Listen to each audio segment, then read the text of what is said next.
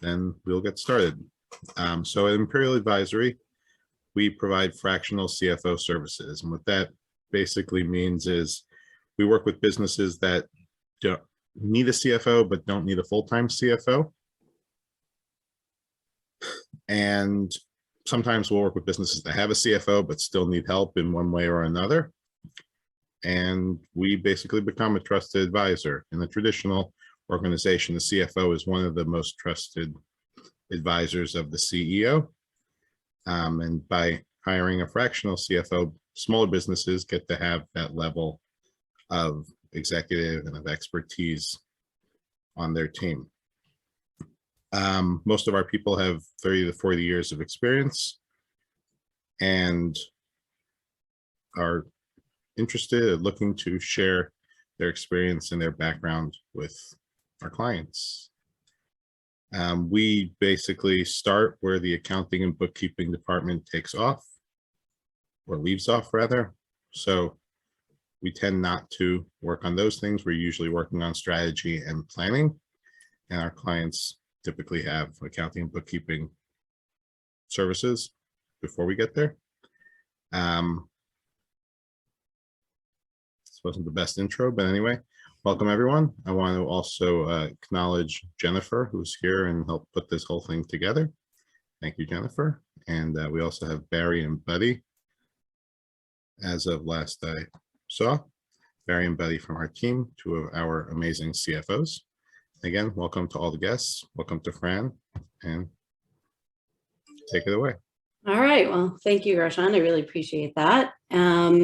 So we got into a discussion a little bit about marketing and ROI and profit and purpose and how all of this works. And you're like, hey, let's have a conversation.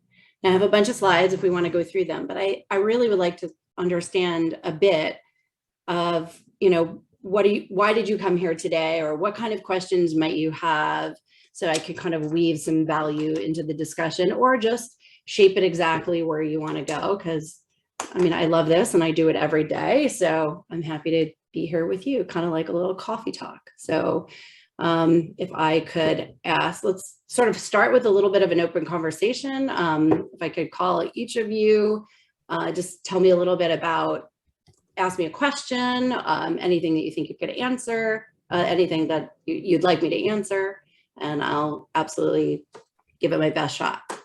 Gershon, do you want to start off with a marketing question? Well, sure. What really intrigued me in our conversation when you and I spoke a while back was one of the ideas you had to talk about was how to build a marketing budget. And the way things kind of work with us is we'll often be brought into clients. I didn't mention in the introduction, but we sometimes will work with clients where there is a CFO seat and we are the CFO, and sometimes, particularly with larger companies, but also sometimes with startups, we'll be working with a client where there's no formal CFO seat, or there is one and we're not in it. And we're basically working on building out a plan for something specific. So it might be opening up a new market. It might be with a startup, it's just creating a new type of product, and what will that look like in this market? And we always have this thing called marketing, which we bump into. And there's this assumption that if you put money into marketing, like we've long ago, at least I have, and everyone else can jump in, but I long ago decided that marketing wasn't the same as all other expenses, that marketing, at least in theory, should be an investment in the future. And therefore, when someone says they're losing money, if they're spending money on marketing, you could pretend, for certain types of analysis, you can pull that out and say, well, what is the business making without marketing? Marketing is really investing in next year. And next year we'll know if it was a good investment or not. But marketing was always, in my perception, this black box where if you put money into it, it'll help produce something, but how much should you put in? How do you measure? How do you know what should come out? So paying salespeople is easier. You pay them often for success or their quotas, but how does putting money into marketing translate into ROI? That's my question. I don't know what anyone else wants to know, but I think that's a very good place to start. Unless anyone has another burning question, I can certainly take that on. And I also see a question in the chat of my biggest question is business to business and how marketing could help grow the business. And there's no question I'll be able to answer both of those things. in the conversation that we can start having. So the first thing I want to unpack a little bit is what really is marketing really? Because it feels like, what do we need it? It's for next year. How do we budget for it? How do we actually determine, you know, like ROI? So what is it really? So when we think about it, I always like to try to go around the room and like really just by a show of, I don't know, we can throw it in the chat, like, how do we define marketing? It's a process in which what? Like, or how would we like to just define? If you're Googling it, that's unfair advantage, but let's have an open discussion about it, because intellectually, I know that you know what marketing really is if we looked it up on Google, but there are also multiple definitions depending on where you look for it. But I'm more concerned about what it means to you so that we can actually agree on what it is.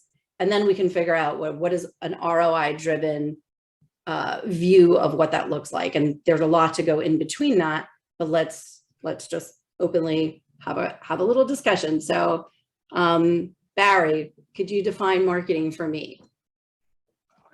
I think how you define marketing depends on your perspective of what you need.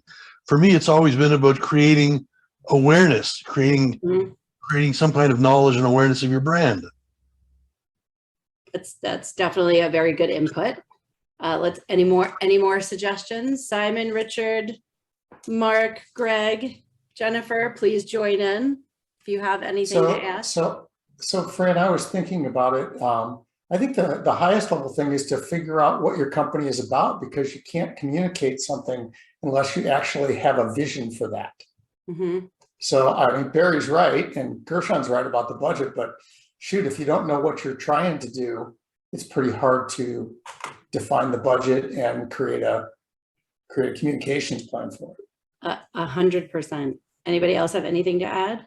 I do. So this is Greg. I'm a friend of Buddy's, so I am happy to meet all of you. Any friend of Buddy's is a friend of mine. So I know that's cliche, but true.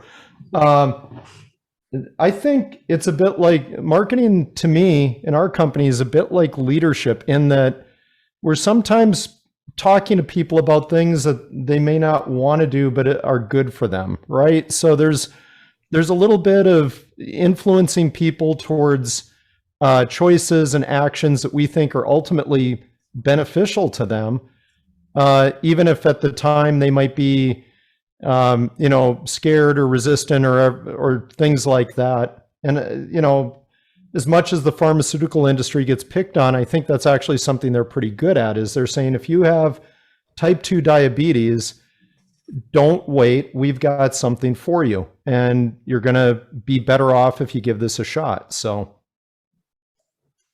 I think that is very important to understand.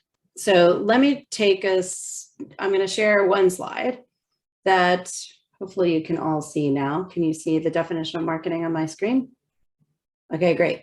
So when we think about let's start with what it is. Let's agree or disagree on what I've defined the definition to be. And then we can kind of go from there. So I'm sure you've all read it already, but it's the process by which companies create value for their customers and build strong relationships in order to capture value from customers in return, right? So there's a job that marketing needs to do. It has to create customer value. It has to build a customer relationship so that there is an exchange between you. Make sense? Okay. So when we think about what the job that marketing needs to do, you are right. Your brand needs to be clear. You need to be able to attract and repel the right people to you, or the right ideal clients or personas, as we call them. But when we think about the job that marketing needs to do, a lot of people think about websites or campaigns and LinkedIn and the attraction, right? It's kind of like pulling people. Gershon, you talked about awareness. Who are you? Where is your message? How do I recognize you? How do you become that person that I trust, or that organization, or that brand rather, that I trust, so that I can interact with you and create value so that you receive value and there's an exchange of it. So when we think about professional services, right, Gershon, you said like, hey, I can measure what sales does because I have metrics. Well, marketing has metrics too.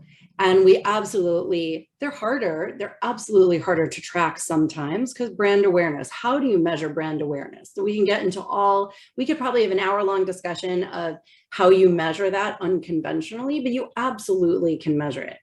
When you think about what big brands do and the way that we think about how we help small and medium-sized companies, you want to take a big brand approach so that you have to measure the unconventional things. Sometimes it's a little bit harder to do that.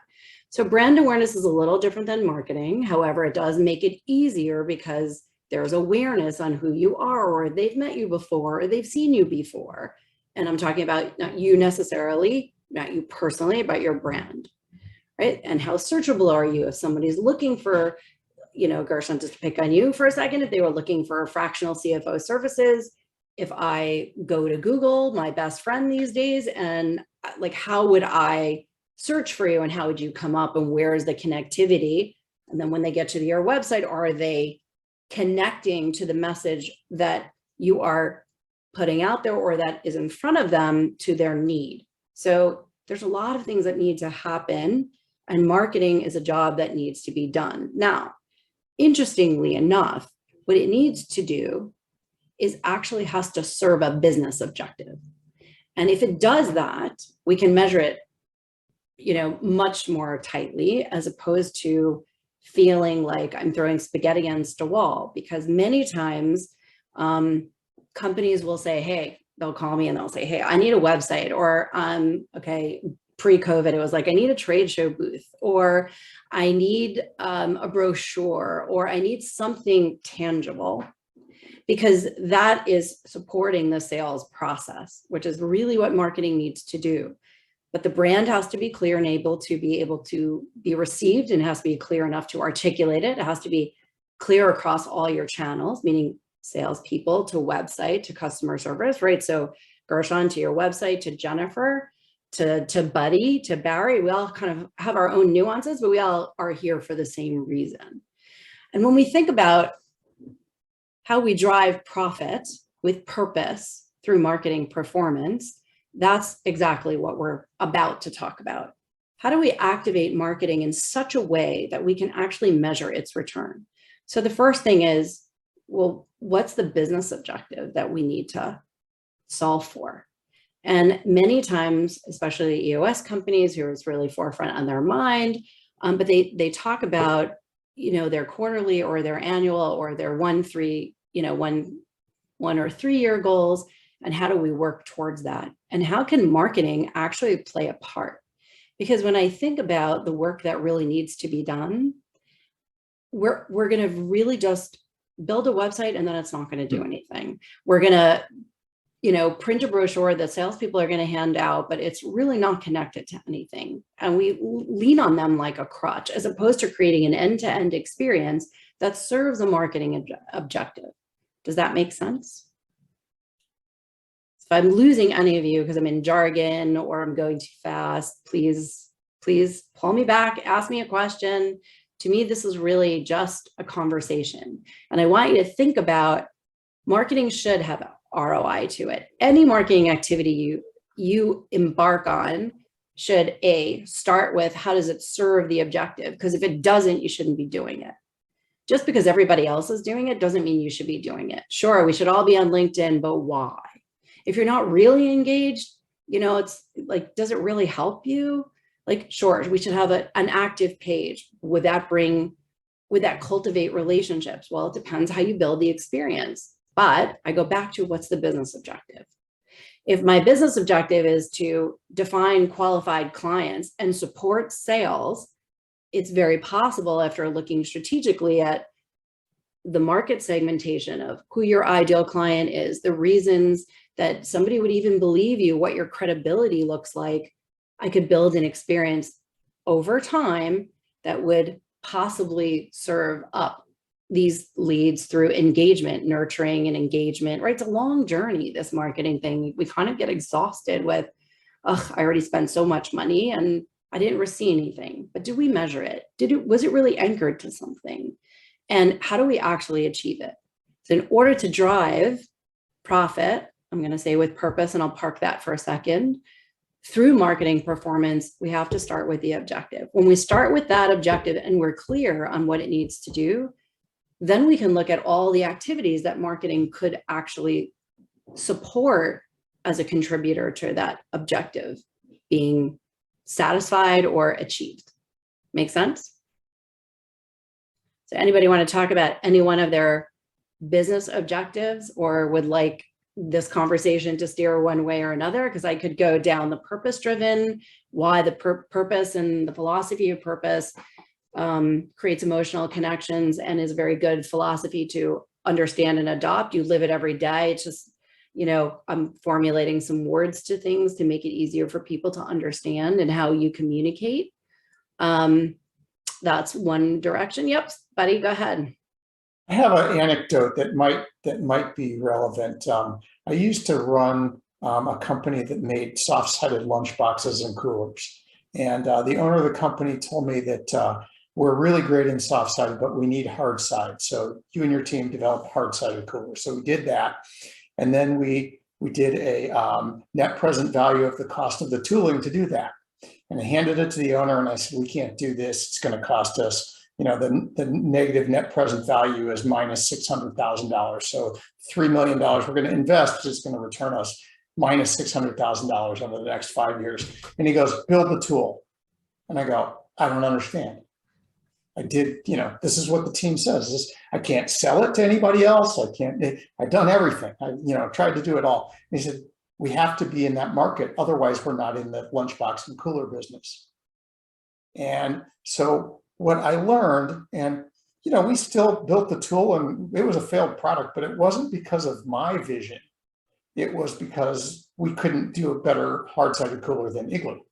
It wasn't that we failed at it. And so can you talk a little bit about that and how sort of that scenario works? Because I thought it was an incredibly valuable experience for, you know, what I was then a professional manager, but I wasn't a CFO anymore. I was a COO or whatever they call it these days.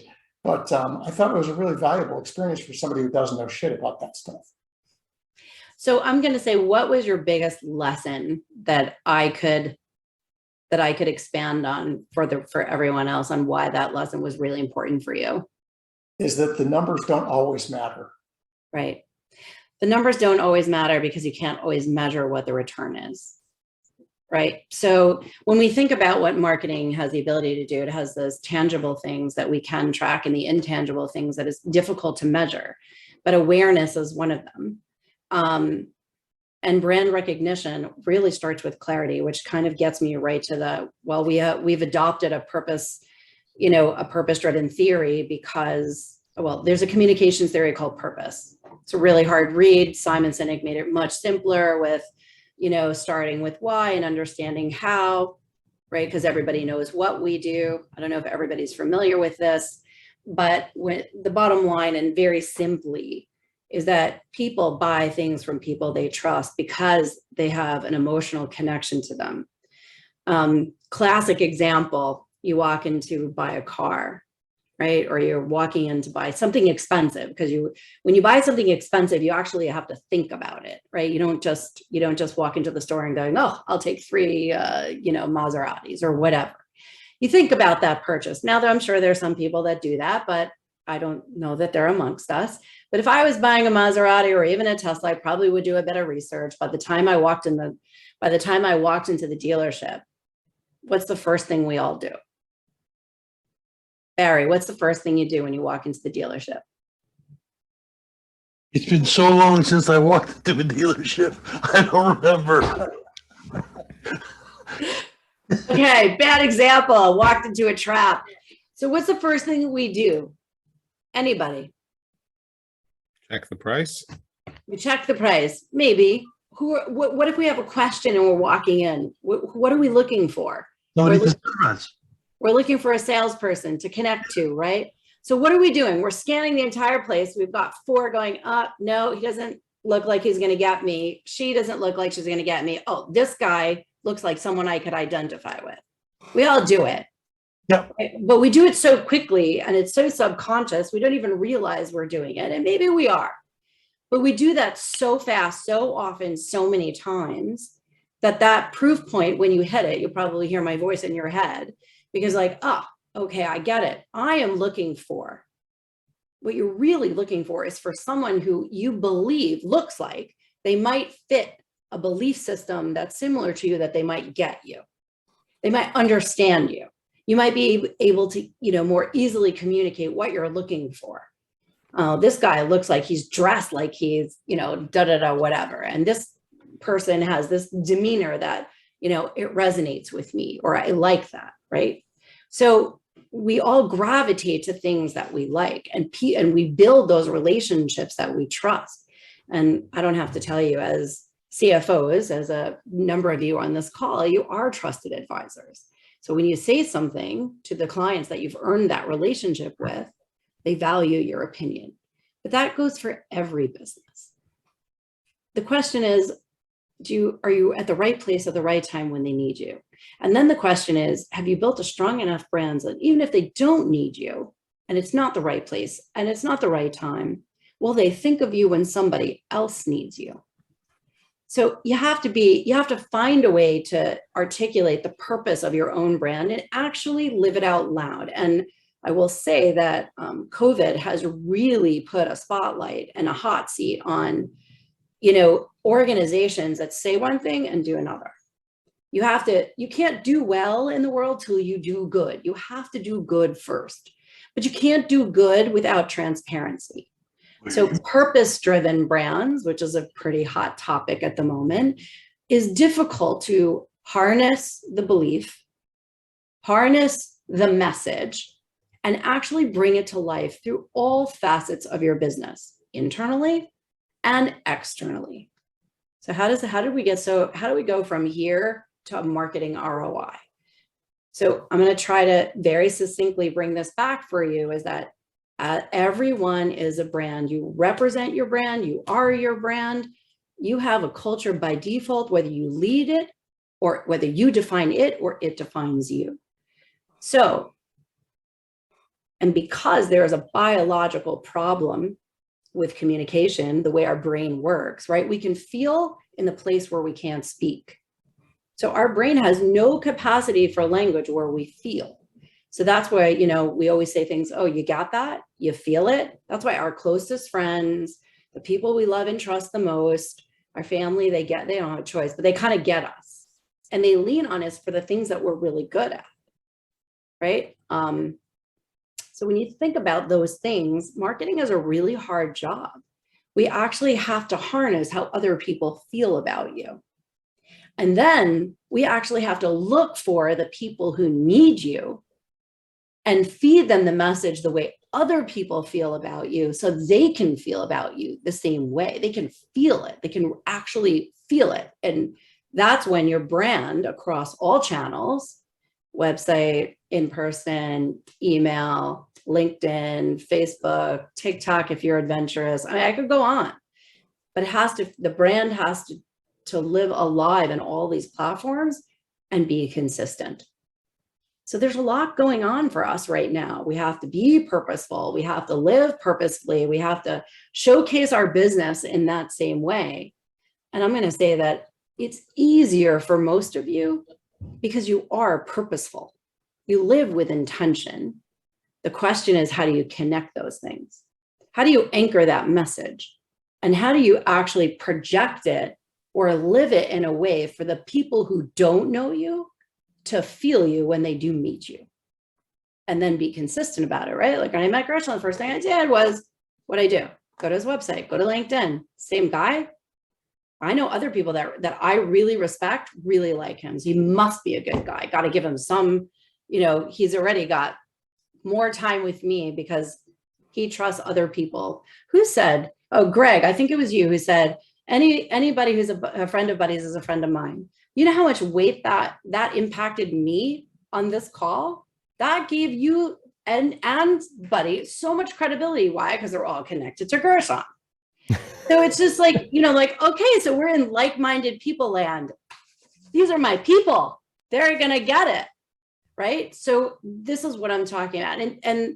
And all I'm trying to do is help you recognize how you feel when you talk to other people, just in this common way. So when I think about, again, anchoring, how do we get ROI out of marketing? Start with your objective. Help me understand what your business is actually trying to achieve, and don't do anything that doesn't help you with that. Now, there is a little bit of a caveat, right? You need to be set up properly to actually, push that megaphone out. So yeah, yes, you need a website. Okay, but what kind of website? I don't know. Are we concerned about people and their experience and how long they stay on those pages? What's the average? How many pages do they visit when I tell them to go there? Does it take, how many pages do they visit? What pages do they visit? What are they most curious about? How long should they be spending before they actually pick up the call? Because we're talking about a journey, right? Somebody doesn't know you, right? Gershon, Nelson tells me to meet Gershon. I go to Gershon's website. I'm like, oh, really interesting. I don't know, I'll flip around to 3 or 4 pages. Not really sure that he's going to get me, but I really trust Nelson, so I'm going to have a call with him. And I'm like, oh, I didn't feel that on the website, but I made the connection with Gershon. But it would be better if I had more validation, where I got something on the website that actually evoked me, that I didn't lean on the buddy relationship to make that call. And sometimes, right, the holy grail is, Nelson told me to call Gershon, I'm not even looking at his site, right? That's a different level of trust. We all do it every single day. And because Google is like our best friend, and navigation, I would say Internet Explorer, but whatever platform you're using to search, we search for everything. The question is, how deep are you searching? And can your problem or your opportunity be heard very quickly? Because when people get you relatively quickly, you start to trust them. Because it doesn't take an hour to have a meeting, it takes 20 minutes. And if I can save you time, that might be important to you. But if I can't deliver on the objective, you should fire my ass. Sorry, I say that. But again, you should not be doing activities unless they're contributing to what your business goals really are. And that's going to take a little bit of strategy to map out. I hope that makes a little bit of sense and there's value there. I'm confused about something, Fran. Please. I was thinking about my life working with marketing-oriented companies. And I remember spending a lot of time listening to marketing people bat around ideas. And they would have, and I always did the line, there's a million ways to skin a cat, cat's still dead. And by the way, I'm a cat person, so it's not supposed to be, anti-cat. But how important is execution versus the idea? Well, so when you talk about idea and I talk about idea, we might mean different things. So when I think about a brand, the first thing I want to know is, what's the business objective? Because I don't really care about all the tactical things from a marketing perspective that we can do, because I have to figure out what are the right things to do. So it's very nice to see a generic proposal going, sure, we can do this, and we do all of this, and we retarget, and we SEO, and we build this, and we play on LinkedIn, and like all that doesn't matter, because the bottom line is you strategically have to map things out with a bunch of experts who have a lot of experience doing all of those different things to say, oh, that's what they want to do. Here's what we're going to try first. Because there's so many things, there's like a process of elimination. And honestly, the hardest job in marketing is we have to actually fail faster. We don't have to win. We actually have to fail what isn't working to reveal what is working. And that could take between 4 to 6 months to do a test, because everybody wants the ideal steady state, right? No, if I said to you, buddy, I want to build a website for you that is attracting people and they're reaching out to you, I don't know, 10 new clients 10 new clients a month, you know that your nurture journey takes 3 to 6 months to close them. Let's just say 3 months. So if I gave you 10 qualified ideal type like clients, right? I'm not talking about all the stuff that isn't qualified, right? I'm just talking about the bullseye. If we just focus that conversation on the bullseye, we would talk about the 40 people that I gave you and why they were or were not qualified. See what happens in the beginning when you hire, typically, they'll say, what's your ideal client? And they're looking to you to do that, to explain it. Oh, my ideal client has a business that does X millions of dollars, has X number of employees, has X number in their accounting stack, right? So you've got all these qualifiers. So then I go out in the world, my job will be, figure out what your client is looking for based on what you stand for, create messaging to try to figure out if I can get to these people at the right place at the right time so that they're almost ready, right? They're actually starting the process of, inquiry of going, okay, I need a new CFO or what fractional, or I have this issue and it's going to take, 1 to 3 months or 6 months to qualify them. So we throw 40 people over the fence and we start, right? We all do this, warm, cold, whatever that looks like, or where are they on this journey? They just want some information. They're shopping around. They have a specific problem. So we start categorizing all of them. So maybe I'm actually attracting people that are not good for you. Well, I have to figure out why. So you have to fail what's not working. And maybe what you told me in the beginning isn't necessarily true. You thought you wanted this ideal client that has X millions of dollars in business and has X organizational setup. But what you're finding is that the people with a different subset of criteria are actually attracted to you. So what do you do with that? Do you serve them? Do you focus on them? Do you course correct? There's a lot involved here. So the answer probably lies in a very interesting statement that Seth Godin that I tend to repeat quite often. You could have the best product in the world, but if nobody wants to buy it, it doesn't matter, right? It doesn't matter. So I have to listen to what we believe your ideal client is looking for. Maybe we have to adjust some products. Maybe we have to adjust the message. Maybe you have to adjust the frequency. Maybe I have to there's so many different things that I need to test and fail and course correct in order to get to the one objective, right? Because everybody has a capacity issue. Nobody in marketing will say, oh, if I had 10 leads a month, if I had 10 new clients a month, you couldn't handle 10 new clients. I know Gershon might be able to, but there is a breaking point of capacity. And honestly, it's a financial numbers game. Because ultimately, we want to understand what does it cost to acquire a customer? And that is the sum total of all of your activities. Now, I don't know that anybody has an idea of what that number is and even if you do, what is really baked into that number. Because some things hit the P&L on one side. I don't have to tell this group, right? And some things are just bucketed or budgeted in different line items, right? Website might be somewhere else. It might not be in marketing. So it's very important to understand how you budget. And, I look to the general national averages first and to say, if that's what I should be spending, that's a whole other discussion because we're not comfortable, right? So we put a value on what we're comfortable spending or comfortable risking or comfortable losing, whatever that means. And then you decide what the budget is, but that's really not what the budget is, probably what's needed in order to bring you what you need. So there's a realization that has to happen of what that will buy you and what that will get you and how we can acquire it. So when you build a marketing budget, we have to really understand what's in it and what does it need to achieve and what's the best way to do that. So, as a fellow CEO owner, we all think we're the best marketers because we had this great idea for this business, but I can tell you that I'm no longer my own, I fired myself from doing my own stuff because I'm not. I'm best at being the visionary leader, not actually being the marketer internally for my own company.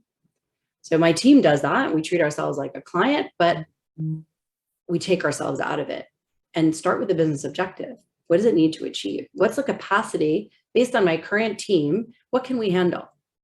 That will start to determine the flow, right? So a lot of this is, you're probably going to spend the better part of the first year trying to figure this stuff out if you don't have the data already. If you do have the data, then it's about improving yield. Well, if I only threw 10 over the fence this month, why can't I, what is it going to cost me to get 20? So then it's just trying to bring down that yield to understand what that acquisition cost is. Make sense? I know we're going off in a lot of different directions. Anything else? Gershon, you feel like you're going to say something, so I want to give you the space to do it. I was thinking of something before, and now I have to re-remember it. So I mean, this is changing tracks a drop. Well, okay. Actually, I'm going to start by restating what I think you're saying, which I think makes sense, and then I'm going to ask a question from Coca-Cola. What I think you're saying is figure out what you're looking to get, which let's assume that that's qualified leads for service businesses. Sure. I guess that might be the answer. Might be Coca-Cola is not a service business, but you figure out what you're trying to get, and then figure out how much it's going to cost you to get one of those, and how much of those you can handle, and then you put that all together and start there. Yeah, but acquisition costs really build over time, because you have to really measure what you're spending and what you're yielding in order to get there. So if we're spending a lot and yielding a little, my acquisition cost per lead or per customer is much higher. But when we start actually balancing it a little bit, we can actually create some, we're going to on a path to steady state. So the ideal is I put this much in and I get this much out. I put this much in, I get this much out. So we don't know that unless you have historical data, and then we're looking to improve that. If we don't have it at all, then I've got to look at everything to say, okay, well, what do you have? And what you don't have, we actually have to go out and get. We have to create a baseline.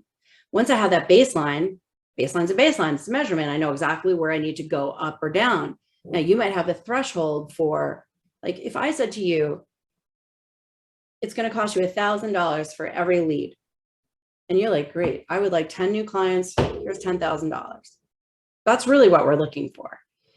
But we have to really put in the time to actually figure out what that number really is. And then what gets in the way is our own impatience and the tolerance to build these baselines.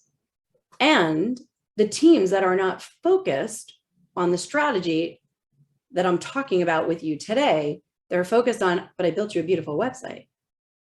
That's nice, but designers and decorators have places in homes as they build, lay out furniture, and things need to be beautiful. But it's got to be functional, because I'm inviting 16 people to my living room on a weekly basis. So yes, I want them to be comfortable. Yes, I want it to be beautiful. But if they don't come visit me, then having an empty living room makes no sense at all. So unfortunately, many agencies, there are many, many good ones, but many agencies are very tactically driven, because you say, I have $5,000 a month. Great. What is that going to buy me? Not much that they can do with $5,000 a month if you don't have a lot of data, because they actually are trying to build things that work or, make some noise so that they can get more money to do more things. And instead we have to kind of analyze, what do you have? Where am I going? And what's that gap? And what do I need to do to get what I want? So those are actually very intertwined questions. And you really need all three components, and you have to be conscious about them to measure them so that you never, ever are off course. Most of the time when I'll tell you a funny story. For years, I mean, I'm not really on these calls so much anymore, but we're really, with many of my clients, they're so excited about, oh my God, what worked on LinkedIn? I want to know what post worked. Like, your guys are so curious, and I get that. But the only conversation you should be having, on a every 2 weeks, or not monthly, every week or every other week, is how many leads did you throw my fence? If we're talking about leads, right? There's other strategies. There's content authority. There's other types of strategies, but let's just anchor right now in professional services and leads. I want to know how many leads you threw over the fence, and were they qualified, and what are we doing to get better ones? And some of, and my team's response is, well, here's all the people we threw over the fence. Here are the buckets we identified. We're seeing some interesting things over here. You mentioned in the criteria that this and this and this, but this is what's trending.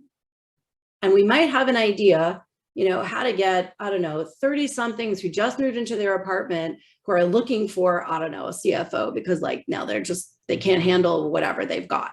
So we might see an opportunity for an audience. So now I want to look at all the like audiences. I want to play with that. I want to see what else I can attract, right? To not your trap, but I can attract them, into your stream so that you can start engaging with them and qualifying them. Oh, you don't need me right now, but let me throw you some good content. So, when you do need me, let's build a relationship. And oh my gosh, you have an urgent message. Call my cell right now. Let's solve this. Oh, you've got that X letter that's threatening you. Let's solve that problem. So you're going end to end. And you have to analyze it. So throwing leads over the fence going, oh, but we get according to our contract, we give you 10 leads. That's what you're contracted for. Were they good leads? Did you get business out of them? Because if they're not going into that, there's always a wrestle between marketing and sales. And I'm not here to wrestle. I'm actually here to make them better. I'm here to really not waste their time. But they have to give me feedback in order to say, oh, this is really all crap, Fran. Okay, well, what's wrong? Let's start with the criteria. Maybe we're really looking for something different. It's not blame. We're all on the same side. We want you to have more business than you can handle. How do we get there? What do you have? What's behind the curtain? How does the website work? Is it on Wix? Is it SEO savvy? What audience are we looking for? So why should they believe you? What do you stand for? How do I make an emotional connection when I can't feel through the messaging what you stand for and what you care about? You all care about your clients. And if you think about who your best clients are, it's what would they say about you? Let's start there, because that's the way you make them feel is the stuff that you have a hard time biologically. I'm not saying you're not intelligent, just not able to communicate. So let's just start there. It's the holidays. You got probably pretty good reasons to call some of these people and just ask them some questions and adapt that. Just write it down. And you ask 4 or 5 people, you're gonna see patterns. You're gonna see things. And then around the holiday table, when you ask your family, what do you come to me for? I don't know. I'm the get it done girl. Everybody, when they have a problem that needs to get done, everybody comes to me. That's my superpower. Everybody has superpowers. And companies have these things that we share, these values that we share, and they're meant to be lived. And how do we infuse them into our business? We can't implement them, can't force them. We actually have to integrate this language internally and externally. Make sense? Yes. Did I answer your questions in a roundabout way, Gershon? I think so. I think you covered a lot of it. But I guess my question from Coke, and really it's the same question for the authority building thing that you mentioned. There are certain things which you build, and they are a long-term investment. They're not going to result in clients Correct. overnight. They're not going to result in clients that this marketing agency can ever measure. And I think back to sitting on a porch in Rockland County at my great uncle's house, and them serving, Coca-Cola with vintage bottles, which then became classic again. And I thought that was cool. And even though I like Pepsi better, I still think Coke is cooler because of those bottles from 30 years ago, whatever. There's no marketing agency can ever measure that. And that to me is the same as building authority. It's authority, or the rapport, whatever you were calling it, the things that make people want to have to do with you. how do you measure that? How do you know what to put in to something like that? You mean the long-term building? Correct. How do you, yeah, the things which build long-term value, which is, I think at least part of marketing is not just how many leads are you going to throw us in the next 4 months. That's Managing impatience of, of a company that needs sales in order to thrive. And then they have a more of a long short-term goal than a long-term goal, right? So when we think Right. about here, I'll use myself a little bit as an example, just because I thought about it.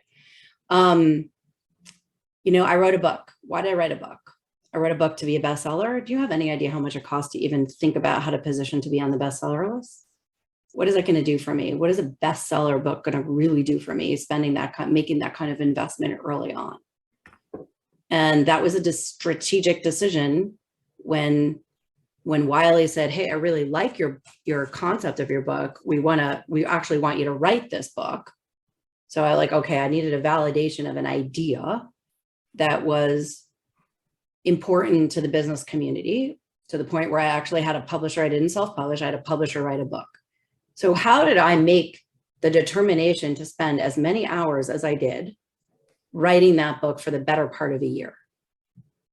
And where is that long-term investment now in my journey? And why did I do it? Where am I now? And what did I really aim for it to achieve? And when you think about it, if I think about my life, right, I love sharing what purpose, values, and story can do for a brand and how it can internally support your company for long-term value, kind of like when you think about your Coke bottle, if you will. And how do I use it in the agency as we're looking for the connection between the leads that you're looking for, or these audiences that you're looking for. And I think about my long-term goal is that at some point I'm going to want to be an adjunct professor somewhere.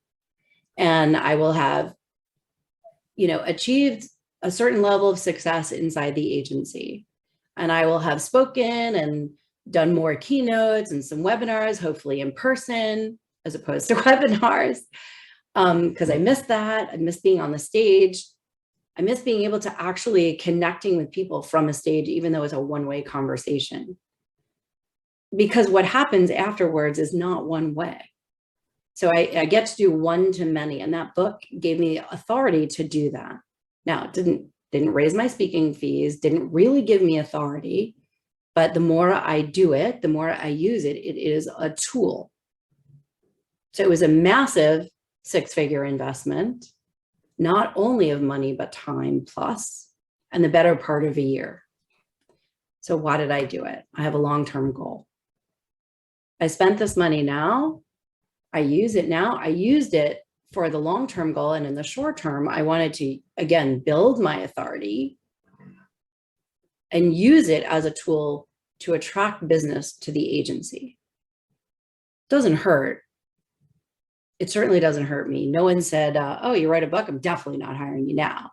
And if anything, it gives me credibility, right? So these are the long-term things that you think about and how you can measure it. I can't really measure it by book sales. Note to self, don't release a book 6 weeks before a pandemic with an airport strategy, right? So I have to figure out how to relaunch it. Maybe, if that's important to me. But right now I send books out, people buy the book, they comment, I engage with them. I get asked to speak because of it. I've definitely been, someone gave someone else a book. Someone gave someone a book. This happened to me 2 weeks ago. Going, gosh, from a leadership perspective, this really helped me, but I really want you to help us on the marketing side. I get a client out of it. I've gotten multiple clients out of it. So it's doing its job, but it was a hell of an upfront investment of time and money. And you just have to keep feeding it. I mean, just because it cost me X to write it, now I have to market it in whatever way I'm going to do that. I keep it alive by being really intentional about the podcast. There's like so many different things that get wrapped up into authority building, but there's a content strategy that is behind that. So the way that we're strategic about engaging in the world with content, it's the same way here. Does that answer your question? I'm still not sure how, I mean, I'm still not sure how to measure it, I would say. I understand. With what you're saying. unconventional things, right? So I told you I've gotten clients out of it. I know exactly how much postage I've sent for, the books still cost me because I don't own them, right? I have to buy them from Wiley, right? So I buy them a couple cases at a time. That's a couple grand right there. And then I send them out and then there's a return. So I can tell you now that for every 12 books or so that I send, there's one that leads to a client, but it takes about 6 months. Okay, so that's good. But that's like establishing your CAC, your customer acquisition costs after the fact. Right. But You can't do it predictably ahead of time. So you can't. Okay. Well, you can look at a lot of averages, right? There are a lot of national averages, and you have to spend X amount of, if the rule of thumb, right, 5%, 2%, 12%, depending on what stage you're at. If you're in startup, you need more aggressive. There's brand building, which is an investment. Very hard to measure that, but you do need to make that investment. And then, put 3 agencies in a room and we'll tell you, I'm of the belief that you can do a lot with little. You don't have to spend 125K to do a brand building exercise that takes 6 months, right? We are of the belief, using, I'm going to say a purpose that the communications of theory that's purpose driven, to activate activity that yields results while we're building the brand plane and taking it off. So I can see results for clients inside of about 4 months. They might not be good results, but I'm building that baseline. And sometimes they're great results. We could take my favorite case story, I call it. We started with a yacht company at the end of last August, kind of like right in the middle of the pandemic. And they're like, we need a new website. I'm like, what's your growth strategy? And we agreed they needed a website. We went in, we built the brand. From August, we launched in February. Now, it's a pretty robust site. Could definitely get sites out a little bit faster than that. But when you're building the brand and writing the copy and coding and dealing with images and manifestos and videos, it's a lot of work for a team, let alone any company. Got it out middle or so of February. We began our first campaign. Let's just call it March 1st. March, April, May, June. By June, in 4 months, we had generated over, I think, I will quote me because the number keeps changing because we keep doing more for them. I think it was over $400,000. So take a $4 million company with leads. To date, right, I can tell you now, it's the end of the year. We had, I think the last count we had in their pipeline, not connected to previous sales, all brand new opportunities, $1.9 million in opportunities, of which over 900 had already closed. Well, that's probably 2 or 3 weeks ago. I'll get the numbers probably on the 15th as I get most of my update numbers. But if you think about that, right now, what are they spending? 10 grand a month, 15 grand a month, right? Like you can start to do the math. I can actually get them to a steady state. Make sense? Yeah. Oh, Simon, thanks for being such a good support. That's awesome. So just think about, how do I get there? The hard part is that you have to manage your impatience as much as your expectations, because you should be focused on the one thing, your business objective. And if it's not all, the activity is not really pointing there. Houston, we have a problem.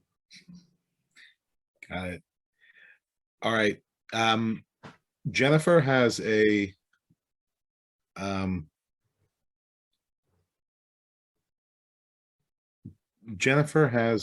questionnaire. She is can you put that up, please? Sean, it's not letting me still because you're on. So do I have to do that? Yes. Oh, all right. Okay, fine. Here, I'm putting up a questionnaire. Everyone, the questionnaire is up. If anyone has any final questions for Fran, we're going to wind down in a minute, and go ahead. And if not, thank you all for joining. If you could please take a second to answer some of the questions, that would be helpful. And that's that. Fran, I found this very interesting. I hope that everyone else did as well. We had a bunch of accountants actually. Good. We have a lot of things to count. Trust me, we're so data driven. It's very scary when you think about it. As much as we are, make pretty things that make people feel good, it's all about the data. It's not about right. It's a lot of it is you can't be subjective, and sometimes it's not even like it's not about how I feel about the visuals, if you will. It's really about what the data tells me, because my customers are always right. So I want to feed them what I stand for in the way that they are going to receive it. That's really the secret sauce. It's not just about your purpose, your values, your story, and learning how to live through it, but understanding how that's going to resonate with your ideal customers if we know who they are.